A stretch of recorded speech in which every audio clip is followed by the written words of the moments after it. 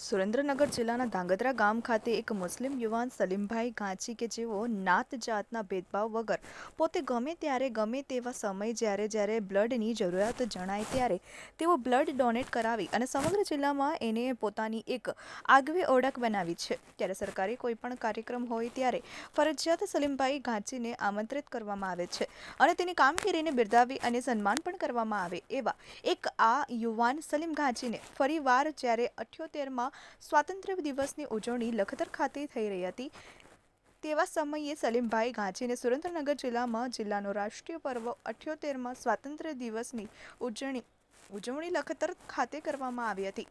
સુરેન્દ્રનગર જિલ્લા કલેક્ટર શ્રી કેસી સંપટના અધ્યક્ષસ્થાને આ કાર્યક્રમ યોજાયો હતો, જેમાં વિવિધ શાળાના વિદ્યાર્થીઓ દ્વારા સાંસ્કૃતિક કાર્યક્રમો રજૂ કરવામાં આવ્યા હતા।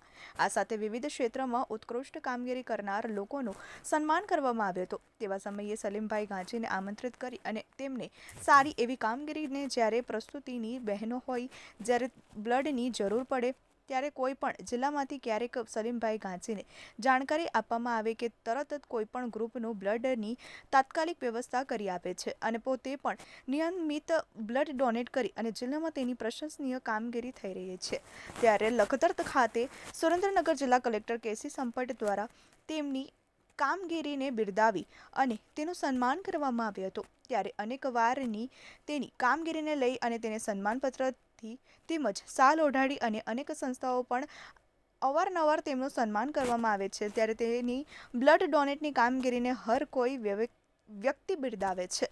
Naina Joshi, TV18 news, Dhrangadhra.